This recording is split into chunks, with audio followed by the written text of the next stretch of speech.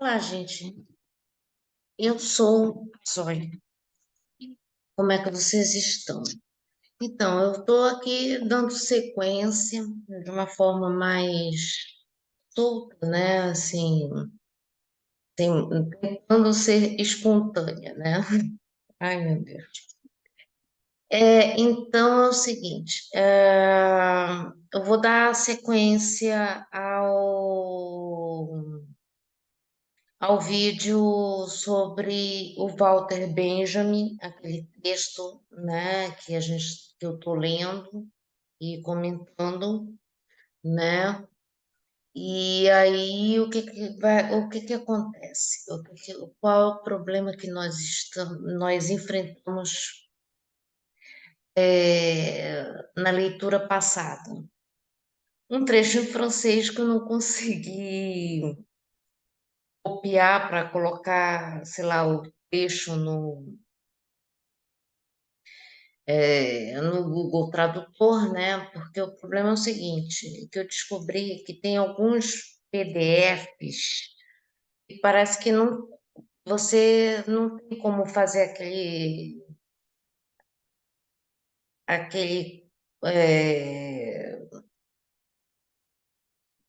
cortar e colar em alguma coisa. Não tem como você fazer o grifo ali e jogar para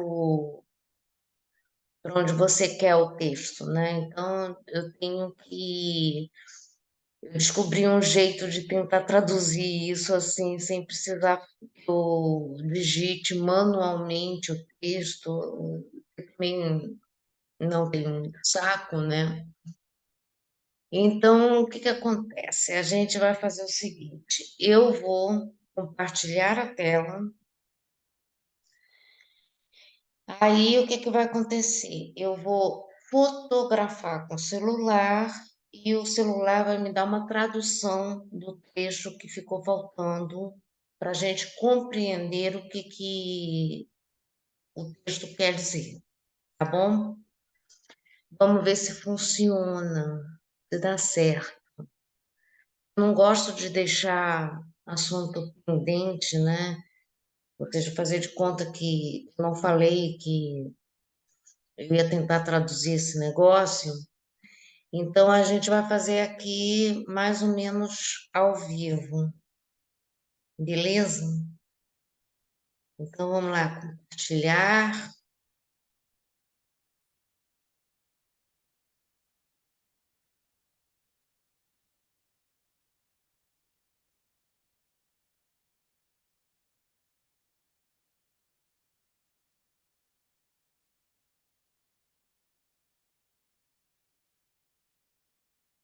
Pronto, está compartilhado. Aí, o que que vai acontecer aqui? Né? A gente tem um trechinho, tá aqui o celular. Aí a gente. Aí tem um dispositivo aqui no Google que a gente faz uma foto do trecho que a gente quer ler. Tire uma foto de palavras que você queira entender.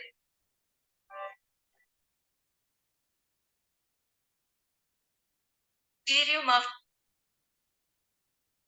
Não sei se deu para ouvir o áudio do Google, né? Mas vamos lá, traduzir.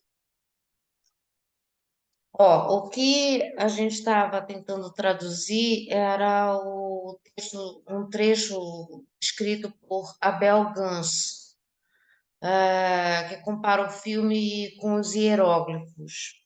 Aí o que ele diz aqui é o seguinte: aqui estamos nós por um passo prodigioso para trás, de volta ao plano de expressão dos egípcios. A linguagem das imagens ainda não está aperfeiçoada porque nossos olhos ainda não foram feitos para elas. Ou seja, a gente está ainda tateando essa história aqui dos hieróglifos, né? Ou seja, a gente ainda está tateando esse novo cenário que nos é apresentado, pelo menos na época desse Abel Gance, que eu acho que o cinema era uma novidade, então a gente pode dar esse desconto, né? Imagina como é que era o negócio. Aí também tinha o texto de um Severin Mars, né? Severin, né? Sei lá como é que se pronuncia assim.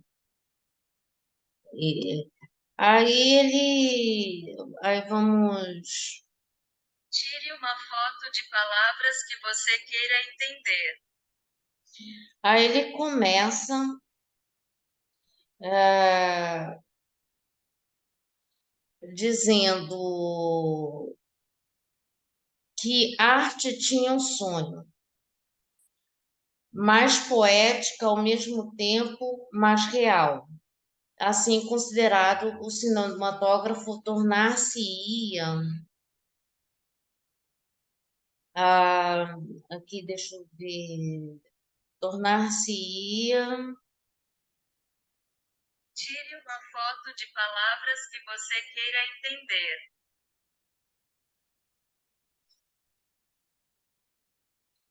ah,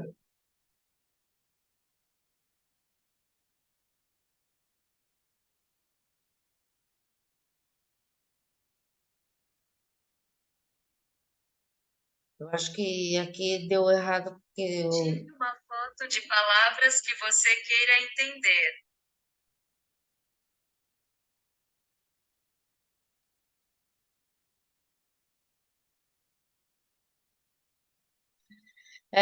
aí ele diz que em meio à expressão bastante excepcional e em sua atmosfera deve mover apenas personagens do pensamento mais superior nos momentos mais perfeitos e misteriosos do seu curso. Ou seja, na realidade, é todo um- uma Tire discussão uma aqui foto de palavras que sobre. você Ai, esquece, agora eu já traduzi esse negócio. É, obrigada. Então, o que que acontece aqui? Esses autores eles estão tentando tatear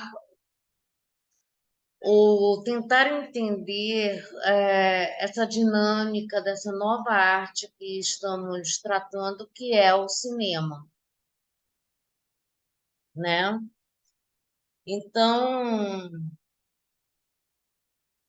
aí, só que esse capítulo a gente já leu, né? Cinema e teste, a gente já leu, será?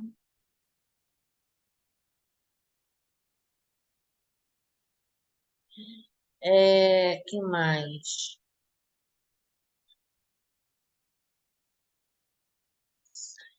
O mais engraçado é que, como eu falei, né, esse texto aqui é interessante porque como é, ele foi escrito após o surgimento do cinema, né? E muitos desses comentários foram feitos assim naquelas datas assim que se avizinham. É interessante porque agora nós estamos nesse momento passando por uma situação parecida, só que com a internet. Então, a gente tem vídeos feitos específicos para a internet, a gente tem um formato que foi criado por causa da internet, principalmente essas plataformas de vídeo, como a gente está fazendo aqui, né? Ou seja, isso que eu estou fazendo aqui não seria viável, por exemplo, numa TV, né? Não seria possível eu trabalhar um texto desse, explicar, ter o tempo necessário para eu falar o que eu quiser e, e simplesmente postar o vídeo na internet, né? Eu não preciso fazer isso. Então, o que que acontece? E agora a gente está vendo o surgimento da inteligência artificial que está produzindo coisas na imagem, né? Então, o que que acontece? É,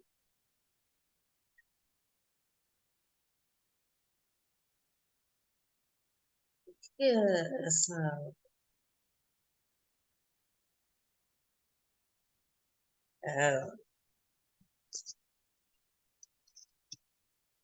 enfim, aí é isso, né? A gente está trabalhando em torno desse texto para a gente tentar usá-lo de repente como ferramenta para a gente pensar sobre esse mundo que de repente, no caso da arte, a gente pode chegar a conclusões, né, em relação à inteligência artificial, né? Enfim.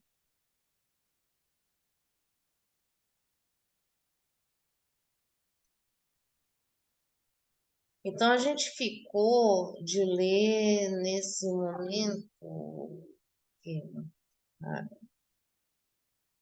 um intérprete cinematográfico. É a partir daqui que a gente vai ler esse texto agora, tá?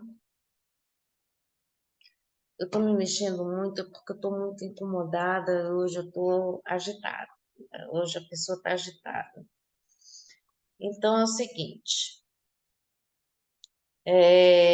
para o cinema, é menos importante o ator representar diante do público um outro personagem, que ele representar a si mesmo diante do aparelho.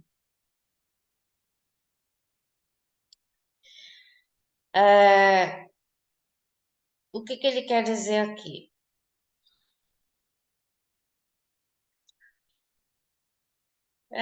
Ou seja, a parte dramática dos atores de cinema não é exatamente o grande foco dessa arte. Aí é que ele vai começar a discutir um pouco as diferenças entre os atores que começaram no teatro e no cinema.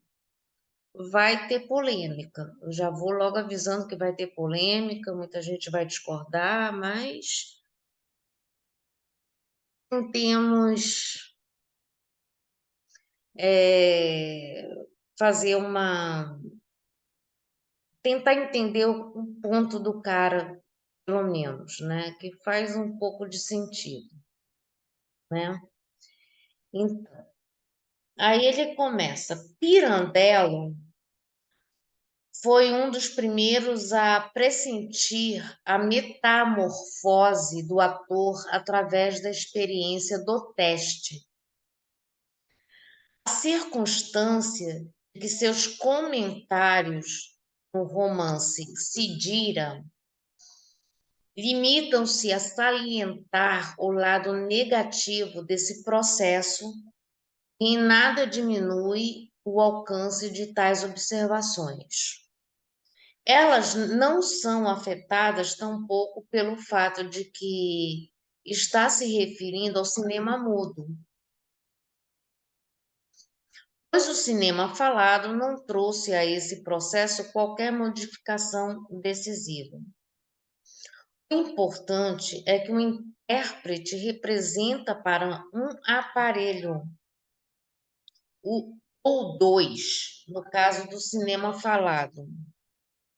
O ator de cinema, diz Pirandello, sente-se exilado, esse lado não somente do palco, mas de si mesmo. Um obscuro mal-estar, ele sente o vazio inexplicável resultante do fato de que seu corpo perde a substância, volatiliza-se, é privado de sua realidade, de sua vida, de sua voz. E até os ruídos que ele produz ao deslocar-se para transformar-se numa imagem muda, estremece na tela, depois desaparece em silêncio. Câmara, é escrito câmara aqui, mas é câmera. É que houve uma época que tanto faz, né? Hoje a gente resolveu dizer que câmara é sala e câmera é a máquina, tá? É um depósito, né? Representa, a câmera representa com sua sombra diante do público e ele próprio deve resignar-se a representar diante da câmera. Aqui ele já explica melhor uma das questões que diferencia o ator que está no teatro e o cara que está no cinema, né? Ou seja, o que que vai acontecer aqui? Enquanto você está no teatro, você tem o teu olhar, ele meio que é obrigado ou você acaba tendo mais liberdade de acompanhar aqueles personagens como se você estivesse na sala da sua casa vendo as pessoas que estão dentro da sua casa se movimentando, né? Porque você está com os atores ao vivo, os atores têm que projetar a voz, eles têm que, é claro que eles fazem barulhos quando andam pelo palco, é, enfim, e você vê o cara de corpo inteiro o tempo todo.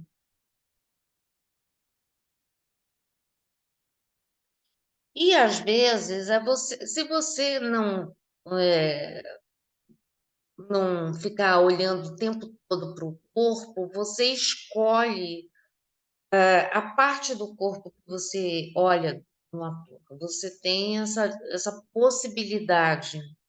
Você tem, ou seja, tanto o ator quanto os espectadores, eles atuam diretamente um com o outro, sem assim um intermediário, né? No cinema você já tem uma intermediação, que é a câmera e os profissionais que estão ali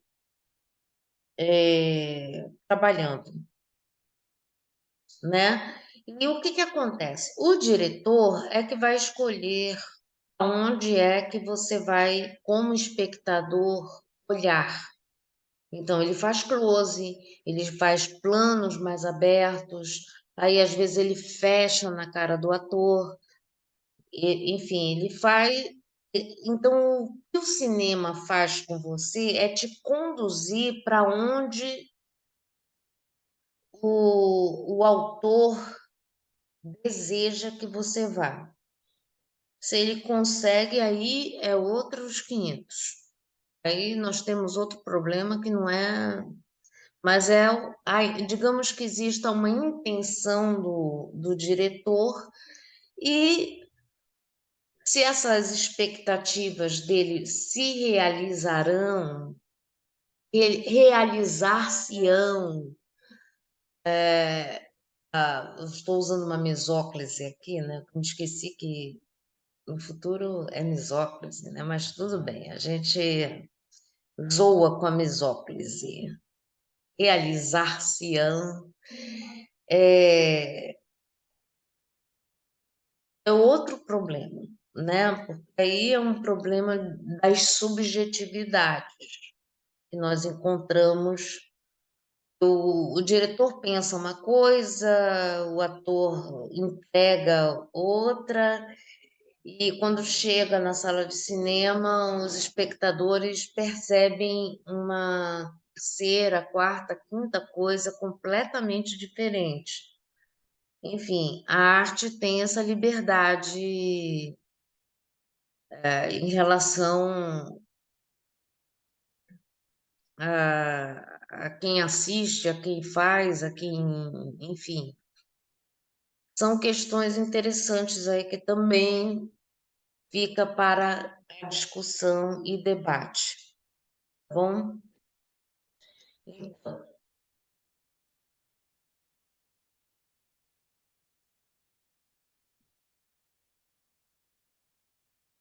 com a representação do homem pelo aparelho, a autoalienação humana encontrou uma aplicação altamente criadora. Essa aplicação pode ser avaliada pelo fato de que a estranheza do intérprete diante do aparelho, segundo a descrição de Pirandello, é da mesma espécie que a estranheza do homem no período romântico diante de sua imagem no espelho. Tema favorito de Jean Paul, como se sabe. É, bom, é possível, né? Porque, afinal de contas, um ator que nunca se viu atuando, ele de repente começa a poder se ver atuando. Essa é uma outra questão aí que também foi complexificando essa questão do surgimento do cinema, né? Antigamente ele estava interpretando lá no teatro, não sei o quê, mas ele não estava se vendo. Ele dependia, na realidade, era do feedback dos atores que estavam contracenando, ele tentava reagir do jeito que a entrega dos outros personagens estavam oferecendo a ele, ou seja, agora eu acho que pela primeira vez um ator pôde se ver a si mesmo, né? Ou seja, o rosto dele, como é que o meu rosto fica enquanto eu estou interpretando um personagem? Como é que são as minhas expressões? Com os vídeos, a gente hoje em dia é capaz de saber como é que a gente se comunica com as pessoas, né? Que tipo de comunicação a gente passa, né? Então é interessante isso.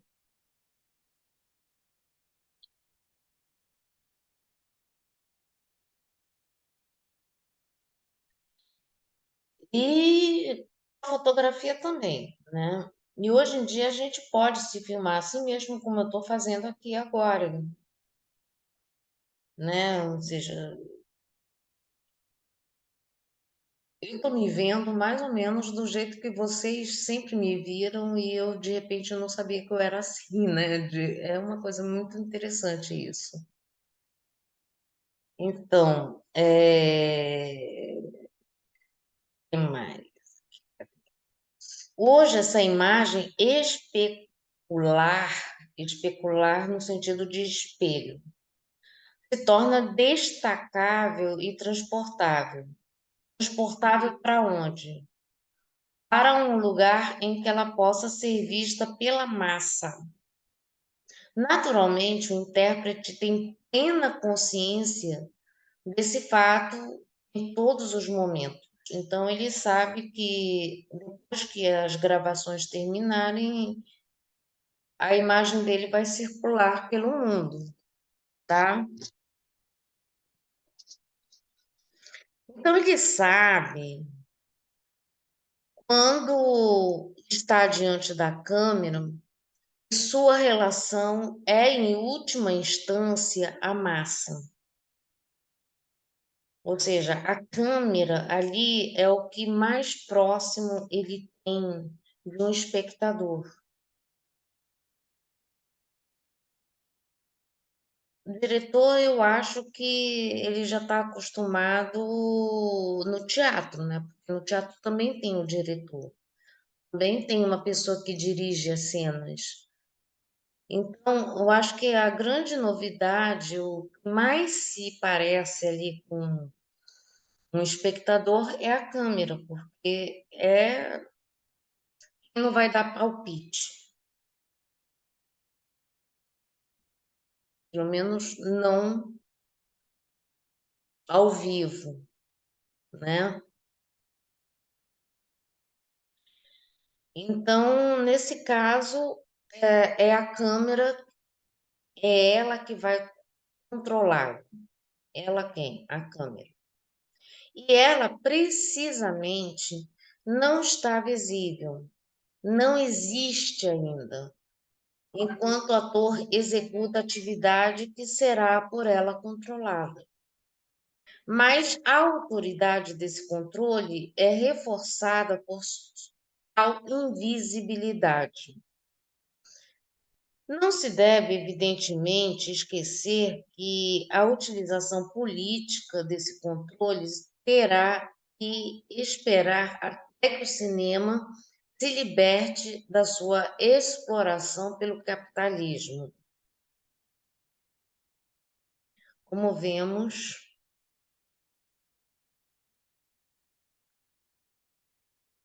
né? A gente vê que hoje em dia esse conceito de arte e entretenimento faz parte do jogo, né? Então é o que eu estou sempre falando, que arte e política estão sempre juntos. Não tem muita. Mesmo quando não se falava em política antigamente, as artes eram condicionadas a alguma questão política, ou uma questão ideológica, uma questão filosófica. E aqui você vê que, na realidade, o que esse texto se propõe é a montar um argumento marxista, por que não, sobre a questão da arte como uma produção, né? Que afinal de contas a arte é um elemento, faz parte dessa questão da produção. E quando ela passa a ser reprodutível, ou seja, quando ela pode ser copiada, você passa a ter também uma indústria que gira em torno desse produto que é arte. Então, o que a gente está tentando entender aqui é como essas dinâmicas do capitalismo estão inseridas no processo de montagem de um filme ou até mesmo de venda de discos, né? Agora o Walter Benjamin, eu acho que ele resolveu ocupar mais o texto do cinema, justamente porque era arte moderna, né? Era arte da atualidade, surgiu e que depende justamente desses tempos pós Revolução Industrial, né? Então é arte que surgiu no encalço desse momento, né? Então a gente precisa discutir isso. Então, o cinema é uma arte muito apropriada para você fazer esse debate, justamente por causa disso. E é, faz parte desse processo de desenvolvimento do capitalismo, ok? Então, esqueçam essa ideia de que arte é arte, que o artista pode ser alienado, né, ideologicamente. o artista tem o direito de viver no mundo da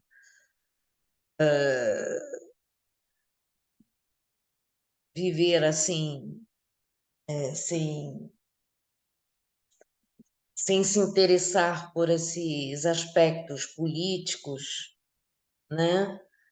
Porque a arte toda é atravessada de ideologias. Toda arte é atravessada disso, e artistas que tentam escapar disso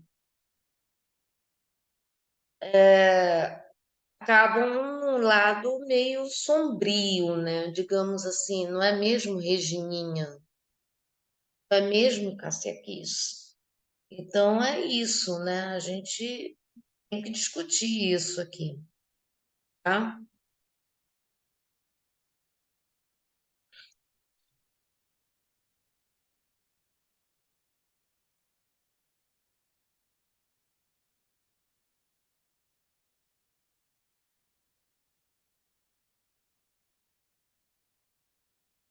Então, esse capital estimula o culto do estrelato. Aí vem outra parte do problema, né?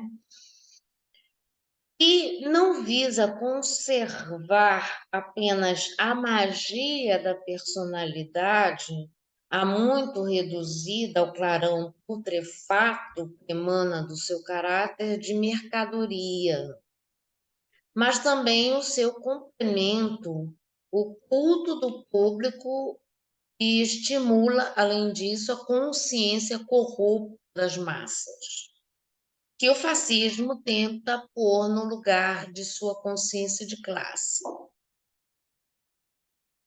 Percebeu uma situação? Bom, esse trecho aqui é complicado, né? Assim,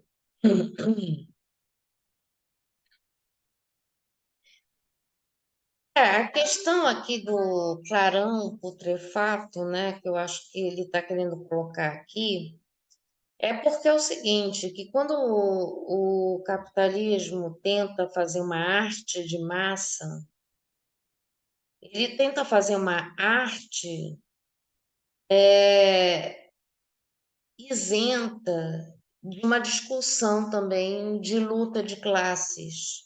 Então, nesse sentido, quando você vê que o cinema está anulando essa perspectiva da luta de classes, assim,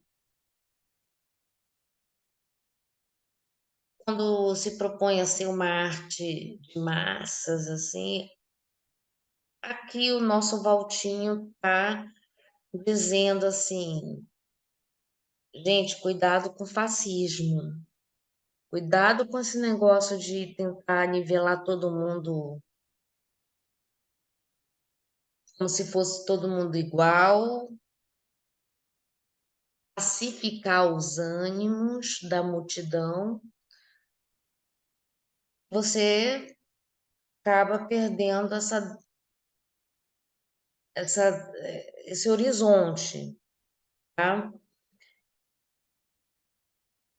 Essa era uma preocupação do Walter, né? Do nosso Valtinho aqui, né?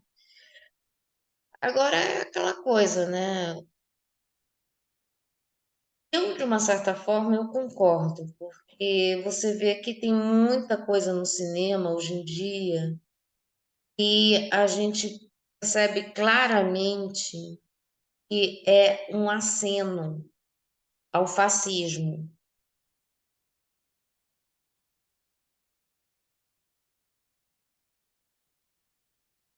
querendo ou não. E a gente,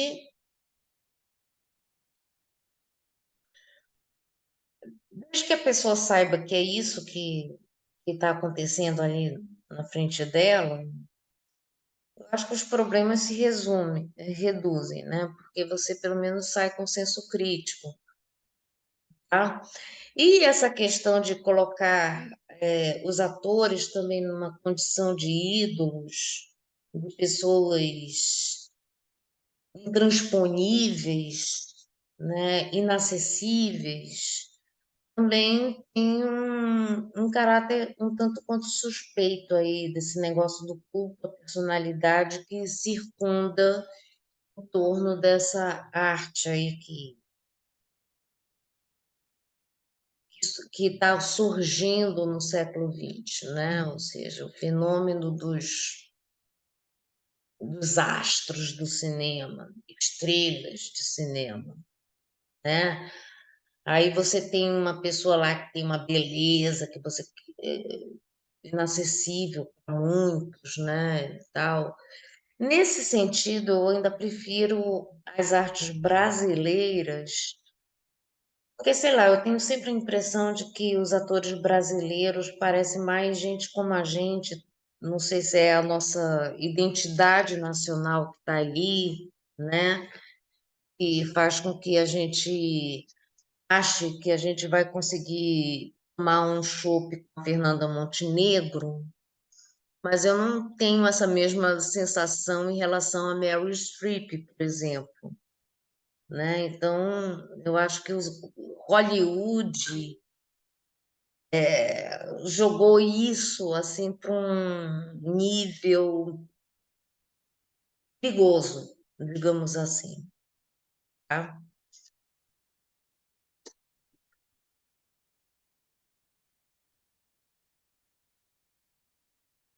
Eu acho que quando eles dizem massa,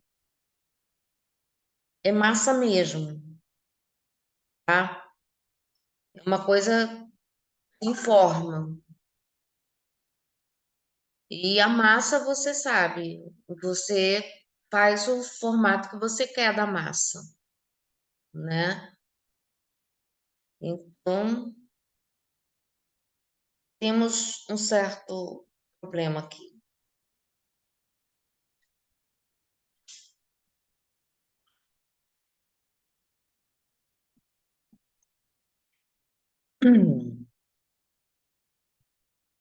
E aqui ele começa. Aí pulei aqui a bagaça. A arte contemporânea será tanto mais eficaz quanto mais se orientar em função da reprodutibilidade e, portanto, quanto menos colocar em seu centro a obra original. Os quadrinhos que inspiraram filmes, dane-se. Para desespero de muitos fãs dos quadrinhos, eles não vão ver a mesma coisa no cinema. Você vê que é cheio de gente reclamando das coisas, desse tipo de coisa na internet, né?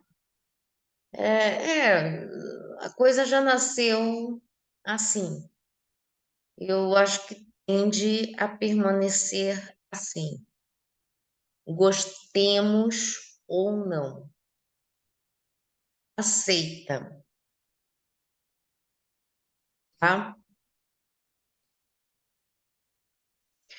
É óbvio, à luz dessas reflexões, porque a arte dramática é de todas a que enfrenta a crise mais manifesta, pois nada contrasta mais radicalmente com a obra de arte sujeita ao processo de reprodução técnica e por ele engedrada, a exemplo do cinema, a obra teatral caracterizada pela atuação sempre nova e originária do ator.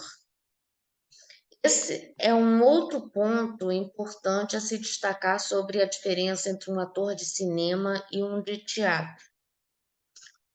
Por que que o diretor quer repetir aquela cena 200.000 vezes até o ator fazer exatamente aquilo que o diretor quer e o que o roteiro exige? Por porque aquilo ali vai ficar gravado e é assim que vai ser visto por milhões para o resto da vida, tá? Um registro definitivo. O cinema tem um caráter de definição, de definitivo. O ator não volta ao cinema para repetir aquela cena que já foi publicada, tá? Ou publicizada. No caso do ator de teatro, ele pode ter uma temporada aí de um ano no teatro, todo fim de semana ele fazendo a mesma peça, a mesma apresentação, os mesmos diálogos, tudo igualzinho, a direção, roteiro, tudo igual, mas não sai igual, porque cada dia é um dia. O que aconteceu no dia anterior não é o mesmo que acontece no dia seguinte.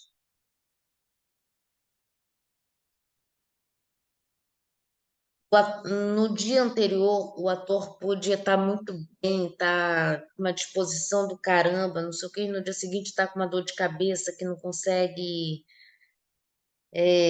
Aí ele tem que fazer aquilo ali, apesar da dor de cabeça, e ele vai entregar o que dá para entregar, entende? Faz parte também da questão do teatro. Então, o teatro não pode ser necessariamente uma arte baseada nessa reprodutibilidade que a gente está falando aqui, uma reprodução técnica, ou seja, que depende da técnica, depende da estrutura tecnológica como um todo. O que vai repetir no teatro é a história, os diálogos, mas sempre vai ter alguma coisa diferenciada de um dia para o outro, porque um dia não copia o outro. Por mais que a gente ache que nossa vida está um tédio, porque todo dia parece que estamos vivendo no mesmo dia, né? Mais que a gente esteja numa fase desse tipo, não é o mesmo dia. A gente sabe que não é o mesmo dia. Então, por isso, o teatro ele não é considerado uma arte, digamos, reprodutível nesse sentido que a gente está dando aqui. O cinema, sim, porque depois que terminado, editado, bonitinho, aquele negócio vai ser copiado à exaustão e vai passar em milhares e milhares de salas de cinema, mundo afora, da mesma forma, ou seja, igualzinho em todos os lugares, tá? Talvez o que modifique de um lugar para o outro é o nível de censura de cada país,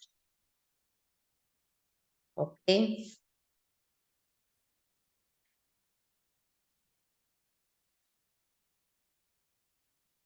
Então, a partir daqui, ele diz assim: isso é confirmado por qualquer exame sério da questão.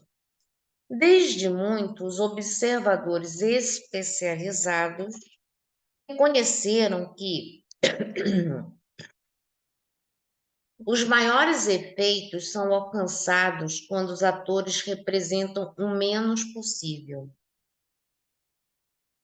Segundo Arnheim, em 1932, o estágio final será atingido quando o intérprete for tratado como um acessório cênico, escolhido por suas características e colocado no lugar certo.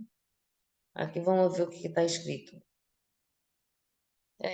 Isso aqui está dando dica de um livro, né? Eu acho.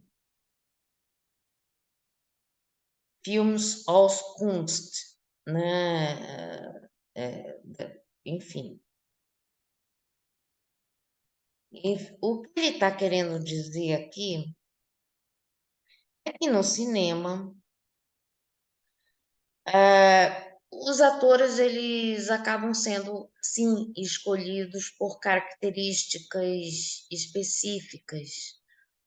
Você vai ver que no cinema vai começar a acontecer um fenômeno do tipo atores interpretando sempre os mesmos personagens. A gente pode dizer que um filme com o Charles Bronson é um filme do Charles Bronson fazendo o Charles Bronson. A gente dificilmente vai ver o Charles Bronson fazendo algo que não seja Charles Bronson. Assim, a gente tem também nas novelas brasileiras também, né, a turma de descamisados que pululou nas novelas da Sete durante um tempo, né? Assim, eram sempre os mesmos atores. E os mesmos atores fazendo sempre as mesmas coisas, né? Com exceção de uns ou outros, assim, o pessoal conseguia colocá-los para fazer coisas diferentes. Mas não é assim exatamente uma coisa esperada de um ator que vai para a TV ou que vai para o cinema. Aquele ator versátil, aquele ator que monta o personagem, que elabora, faz laboratório, ele, sabe? É muito difícil você ver, por exemplo, atores como o Joaquim Fênix, né? Que faz, emagrece, desmonta, engorda, sabe? Fica sem dormir para parecer assim mais cansado, sabe? Tem gente que faz que dá esse trato nos personagens, mas tem uns que simplesmente chegam lá, fazem a fala, e o resto fica com a mágica da produção, tá?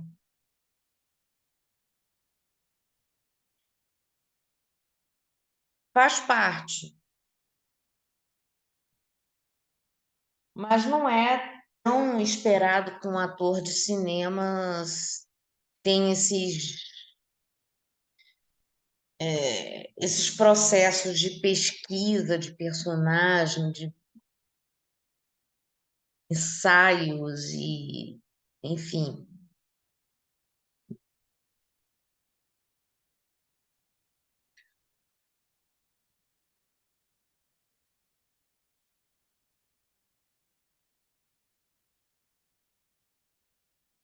E você vê que geralmente o ator ele está lá, né? Ou seja, fazendo exatamente o que dizem para ele fazer também. Segundo o texto aqui também, eu não sei se a gente pode discutir se é isso que acontece mesmo depois. Ou aí nos comentários. Aproveitem os comentários para dizer o que vocês acham desse trecho. É, a outra circunstância correlata. O ator de teatro, ao aparecer no palco, entra no interior de um papel. Aí ele está falando sobre essa construção da personagem, essa busca, essa incorporação, tá? Essa possibilidade é muitas vezes negada ao ator de cinema.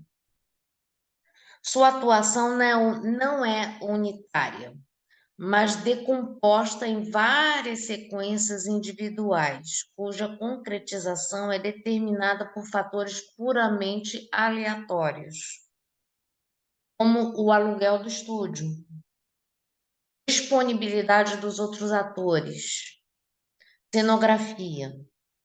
Então, o ator, isso aí eu já vi muita gente de cinema falando, que quando você vai fazer uma montagem de cinema, os atores eles nem sempre pegam as cenas cronológicas para filmar. Às vezes eles filmam as cenas do final do filme antes das iniciais. Por quê? Por causa de detalhes técnicos e devem ser pensados antes de você começar essas filmagens e fazer o cronograma dessas filmagens. Digamos, por exemplo, que a cena final de um ator, ele tem que estar com determinado peso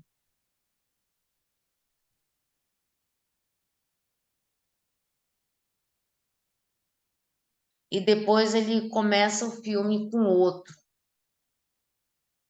né? Em caso daqueles de emagrece, engorda,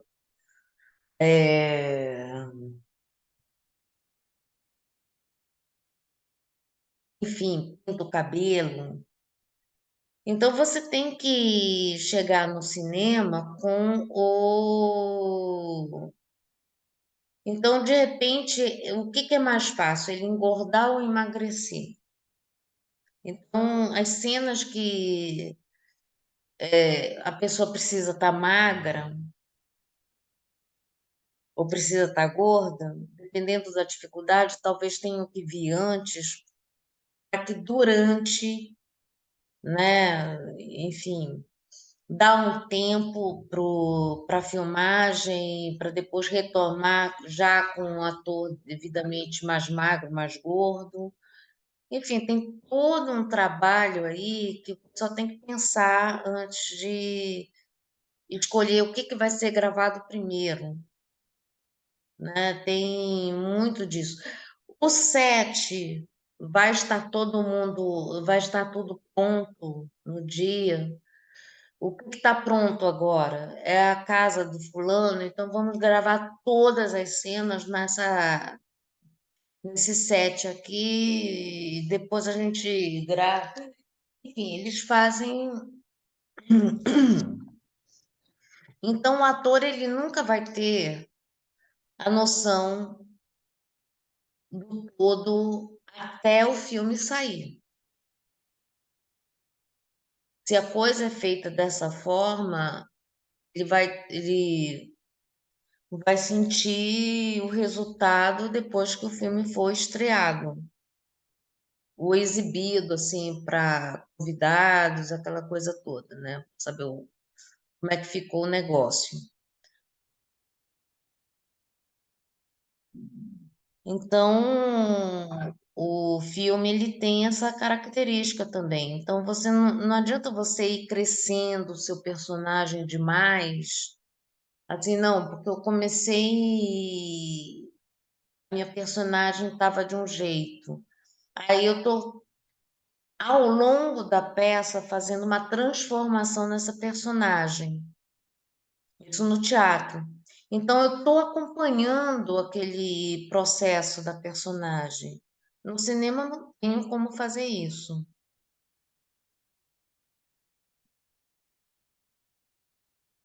ok?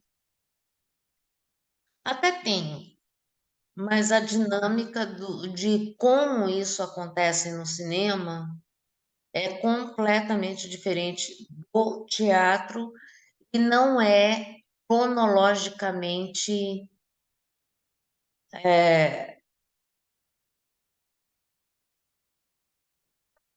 seja, essa transformação não é cronologicamente dada, tá?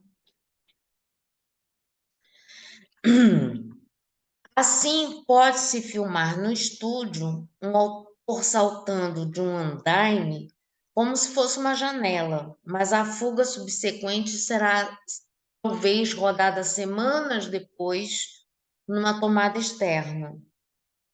Ou seja, foi mais ou menos o que eu acabei de falar, mas só que com outros exemplos. O que ele está dando aqui é um exemplo do que pode acontecer numa filmagem de um filme. O roteiro pode exigir, por exemplo, que um personagem se assuste ouvindo uma batida na porta. O desempenho do intérprete pode não ter sido satisfatório. Nesse caso, o diretor recorrerá ao expediente de aproveitar a presença ocasional do ator no local de filmagem e, sem aviso prévio, mandará que dispare um tiro nas suas costas. Às suas costas, não é nas costas. É só fazer barulho. O susto do intérprete pode ser registrado nesse momento e incluído na versão final. Nada demonstra mais claramente que a arte abandonou a esfera da bela aparência, longe da qual, como se acreditou muito tempo, nenhuma arte teria condições de florescer. Ou seja, aqui a gente já está entrando no campo onde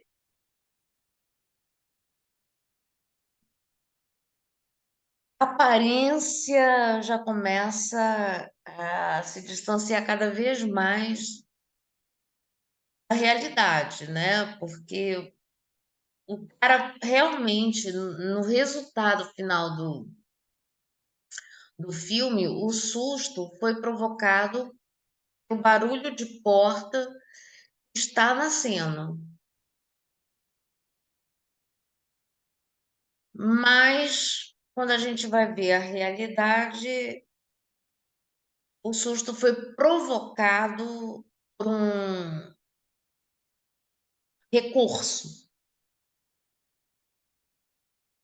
O ator não necessariamente representou aquele susto, ele simplesmente sentiu o susto e sofreu o susto, tá?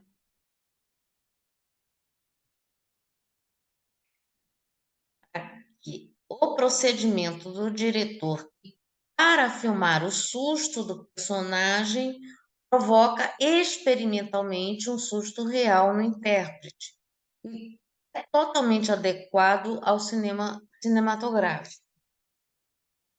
Daí você vê que hoje em dia, se você acompanhar, por exemplo, canais como o Sociocrônica, eles contam bastidores ali das filmagens de alguns filmes, né? Você vai ver casos de diretores que sugaram a alma dos atores assim num nível absurdo. Refúgio Cult também de vez em quando fala a respeito disso. Tem esses canais aí de cinema, procurem ver sobre bastidores, ensaios sobre esses bastidores, porque a ideia desses bastidores é mostrar justamente que nem sempre aquilo que parece ser uma puta atuação genial de um ator necessariamente foram construções de camadas que o ator fez em cima do personagem. Às vezes o ator já estava esgotado, porque dependendo do diretor, tem os diretores que cometem verdadeiros abusos contra os atores. Aí o ator já fica dentro daquilo de uma pessoa abusada. Já começa a incorporar aquela expressão de uma pessoa que está sendo massacrada na vida real. Se for uma cena de massacre, fica bem realista.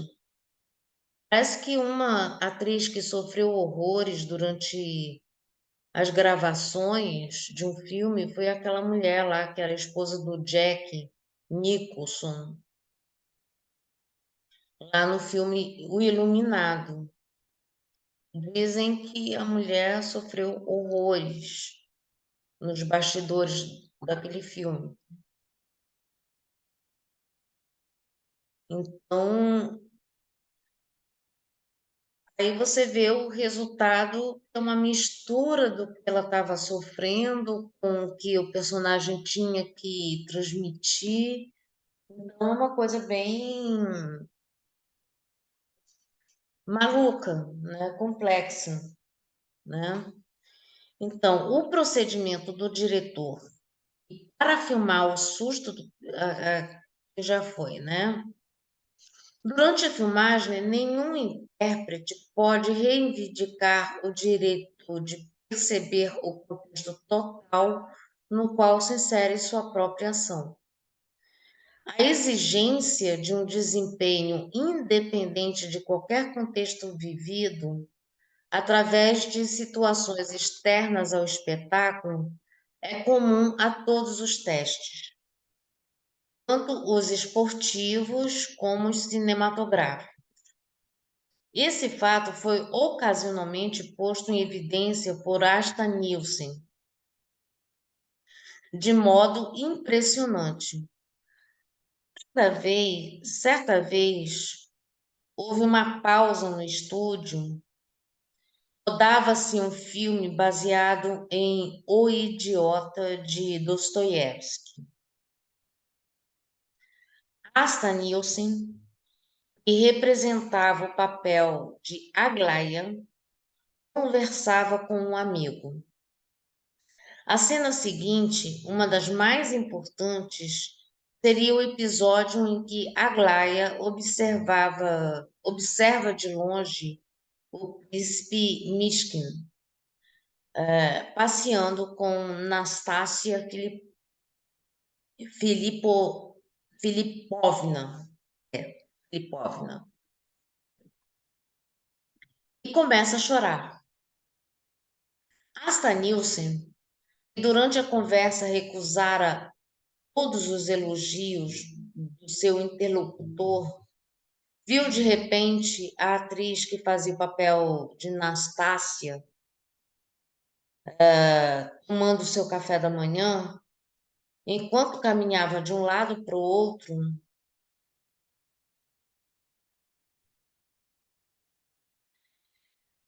aí entre aspas, veja, é assim que eu compreendo a arte de representar no cinema, disse Asta Nielsen a seu visitante, encarando-o com os olhos que se tinha enchido de lágrimas ao ver a outra atriz exatamente como queria fazer na cena seguinte e sem que um músculo de sua face se tivesse alterado.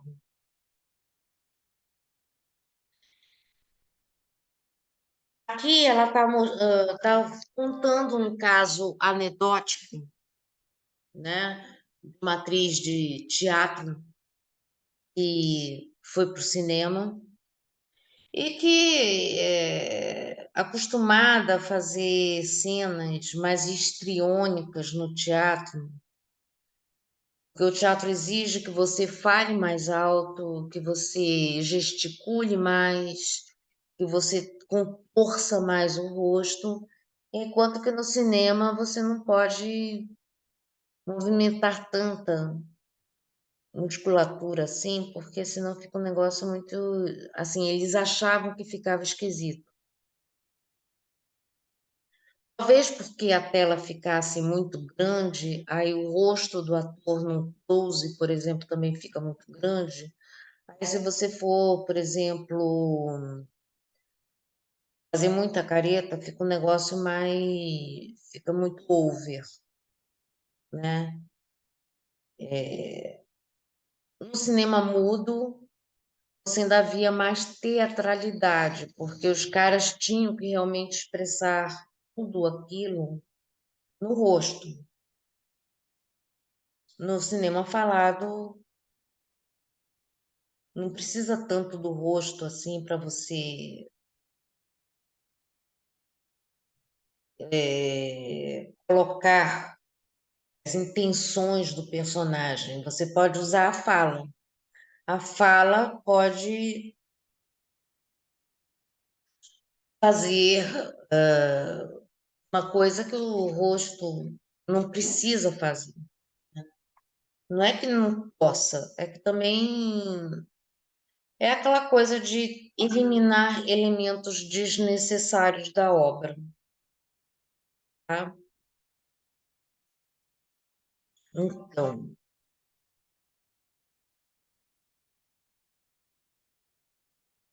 então essa mulher aqui, essa Asta Nielsen, ela viu a chance de ver uma atriz que provavelmente é típica de cinema, e ela, como oriunda do teatro, ela achou que as cenas de choro no cinema são sempre assim mais sutis, né? Assim, aquela coisa mais delicada. O ator simplesmente enche o olho de lágrima, a lágrima cai e o rosto não se movimenta.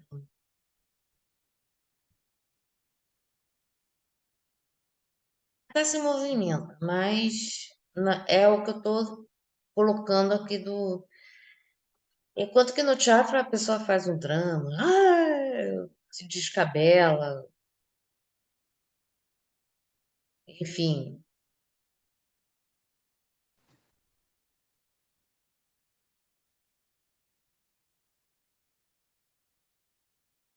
Então, aqui, as exigências técnicas impostas ao ator de cinema são diferentes das que se colocam para o ator de teatro.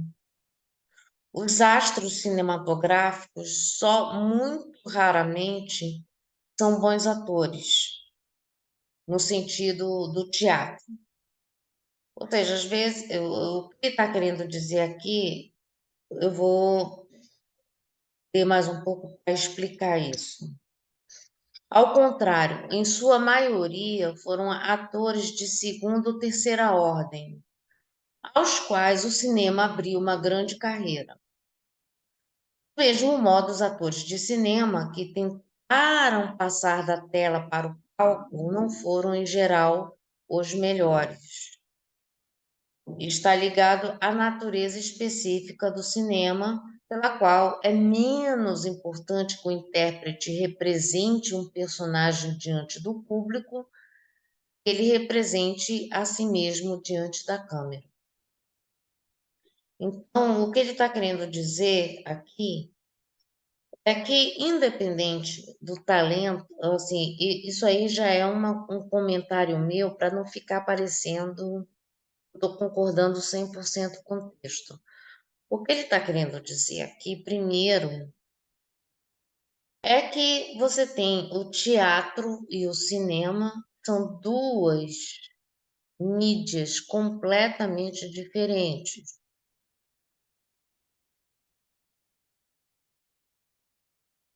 E pelo fato de que um ator de teatro ele pode se rasgar inteiro ali numa cena, no cinema não era muito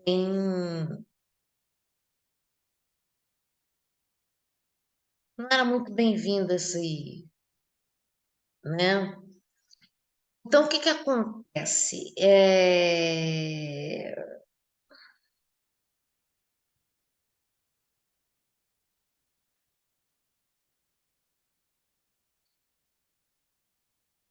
A ideia é que os atores eles têm um processo de formação diferente, tá? Você atuar no teatro é uma coisa bem diferente de atuar no cinema. E segundo ele, o texto aqui, você,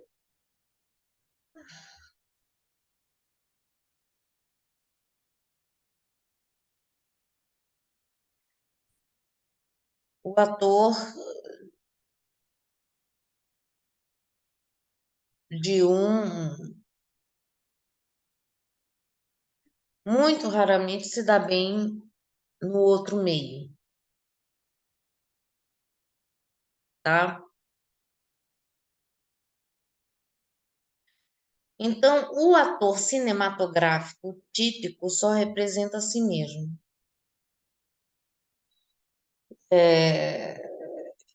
É, talvez ele precise hiper representar menos, né? Ou seja, ele não precisa fazer muitas caras e bocas, basta ele falar do jeito que ele costuma falar, sem gritar, sem impostar a voz, simplesmente fala. É isso. Isso, essa arte é a antítese da pantomima. Pantomima é basicamente aquelas artes assim que você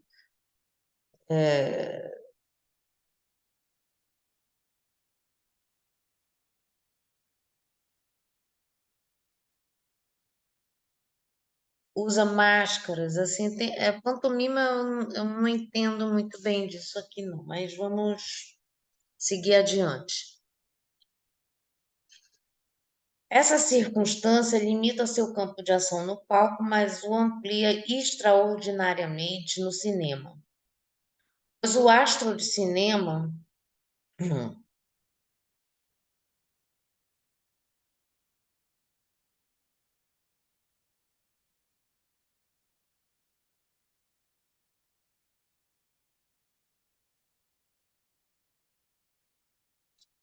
cadê onde é que eu estava? Pois o astro de cinema impressiona seu público, sobretudo porque parece abrir a todos, a partir do seu exemplo, a possibilidade de fazer cinema. A ideia de se fazer reproduzir pela câmera exerce uma enorme atração sobre o homem moderno. Tipo como algumas pessoas assim, que quando viram algumas pessoas fazendo vídeo no YouTube, acharam que também seriam capazes. Bom, eu não sei, eu estou aqui só porque eu preciso estar aqui, ter alguma coisa para fazer, tá? Assim, é...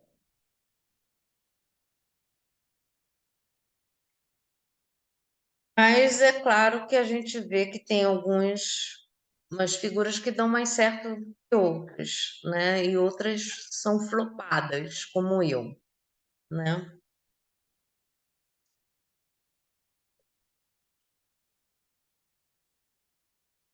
Sem dúvida, os adolescentes de outrora também sonhavam em entrar no teatro. Porém, o sonho de fazer cinema tem sobre o anterior duas vantagens decisivas.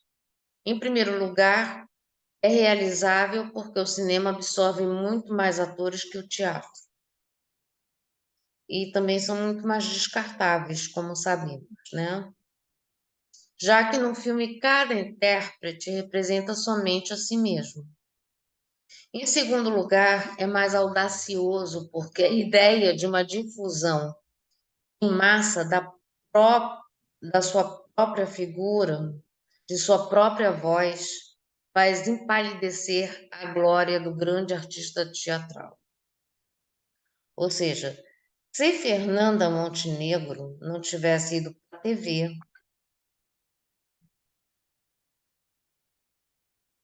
porque aqui no Brasil a indústria ela teve uma importância talvez maior nas telenovelas. Foi onde, por exemplo, a gente pôde é, apreciar esses atores que a gente dificilmente conheceria se eles tivessem ficado confinados a um ambiente do teatro, né? Então, eles foram para a TV, eu acho que meio que para divulgar o trampo, né? Mas faz parte do processo.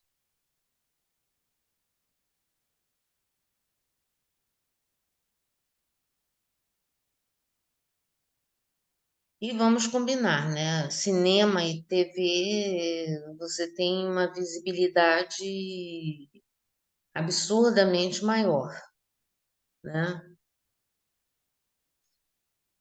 Aqui vamos falar sobre exposição perante a massa.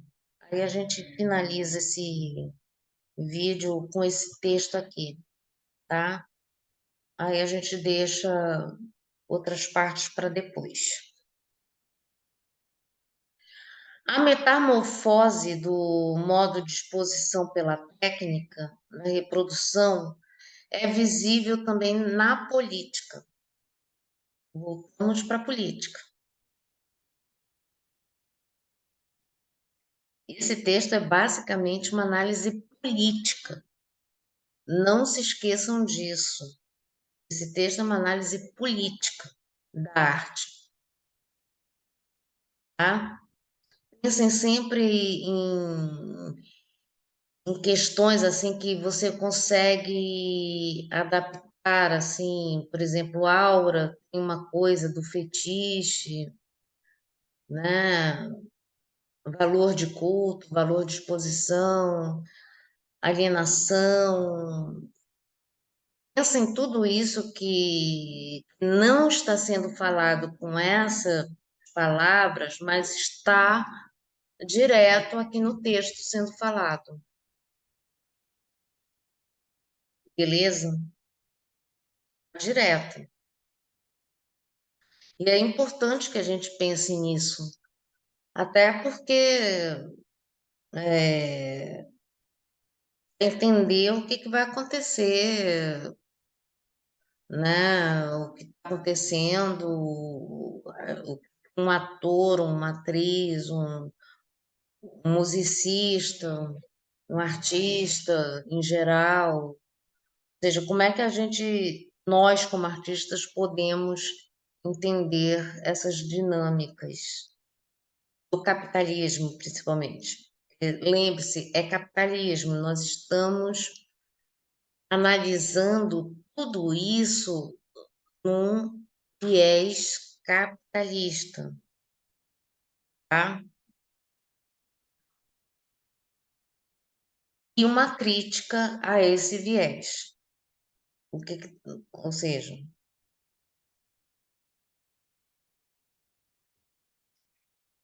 então, então, prosseguindo, a crise da democracia pode ser interpretada como uma crise nas condições de exposição do político profissional. As democracias expõem o político de forma imediata em pessoa, diante de certos representantes. O parlamento é seu público. Mas, como as novas técnicas permitem ao orador ser ouvido e visto por um número ilimitado de pessoas, a exposição do político diante dos aparelhos passa ao primeiro plano. Com isso, os parlamentos se atrofiam juntamente com o teatro. O rádio e o cinema não modificam apenas a função do intérprete profissional, mas também a função de quem se representa a si mesmo diante desses dois veículos de comunicação, como é o caso do político. O sentido dessa transformação é o mesmo do ator de cinema e no político. Qualquer que seja a diferença entre suas tarefas especializadas, seu objetivo é tornar mostráveis, sob certas condições sociais, determinadas ações de modo que todos possam controlá-las e compreendê-las. Então, temos aí. é,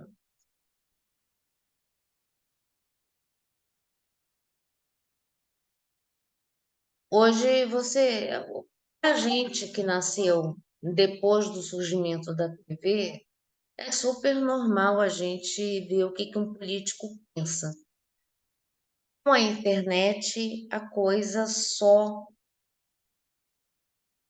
aumentou, né? Só ampliou o- os campos onde um político é visto e ouvido, né? Eu acho que esse trecho está bem autoexplicativo, né?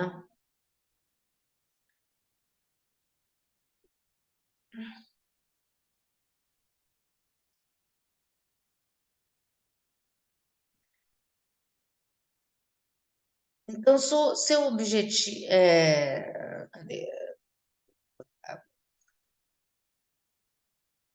da mesma forma como o esporte o fizera antes, sob certas condições naturais.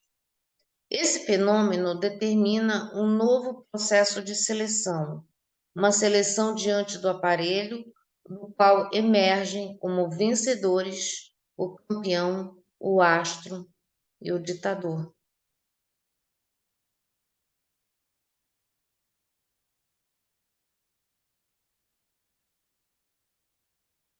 Exigência de ser filmado. Deixa eu ver quanto é o tamanho disso aqui.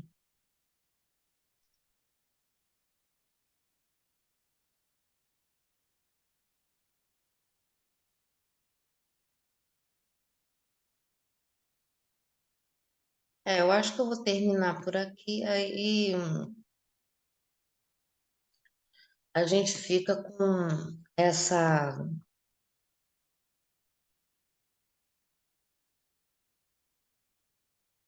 É,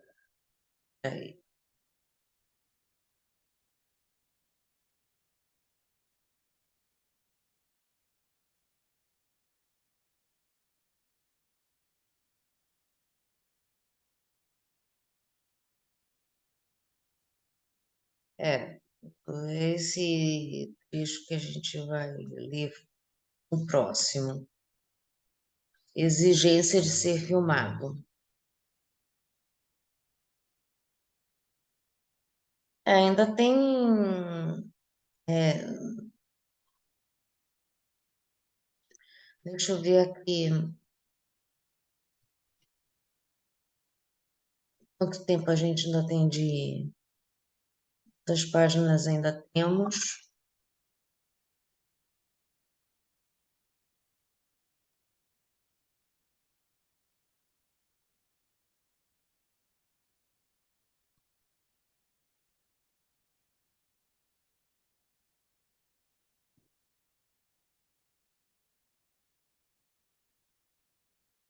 Cento e noventa e cinco páginas. A gente ainda tem. Já está na página 180 e alguma coisa. Mas a gente vai até o final. A gente vai até o final.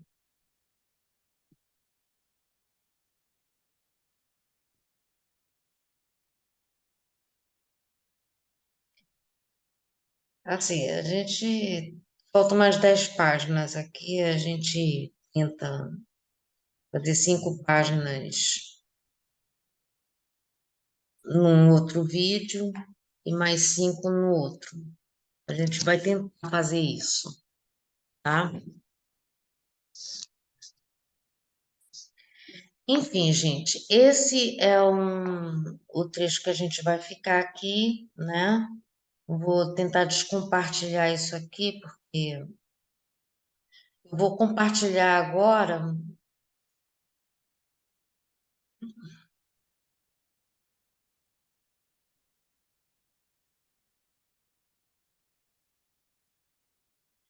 é, Deixa eu ver se eu consigo fazer isso aqui, fechar sem desligar a câmera.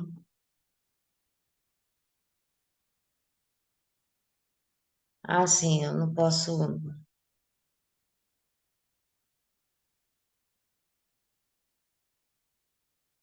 Eu vou na próxima. leitura, eu vou tentar fazer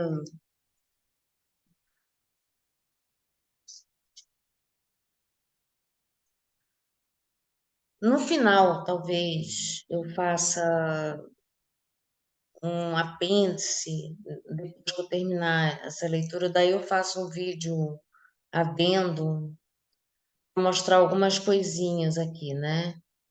E aí a gente conclui esse estudo, né, desse texto. E eu espero que vocês tenham gostado dessa leitura, né? Que a gente, que o debate continue também, né? Principalmente, e que a gente consiga ver onde a internet, a inteligência artificial pode nos levar, né? Porque eu acho que esse texto, assim, a gente pode usar algumas questões que surgiram na cabeça das pessoas na época que o cinema surgiu, né, diante dessas novas perspectivas, né? Então a gente está aqui para isso, falou? Então a gente fica por aqui, a gente tenta entender melhor, vamos tentar ver se a gente consegue terminar em mais dois vídeos além desse, e aí a gente conclui nossa tarefa aqui, né, com essa série sobre o Walter Benjamin, tá? Então, é isso. Paz entre nós e guerra aos senhores. Saudações anarquistas a todos. Tchauzinho.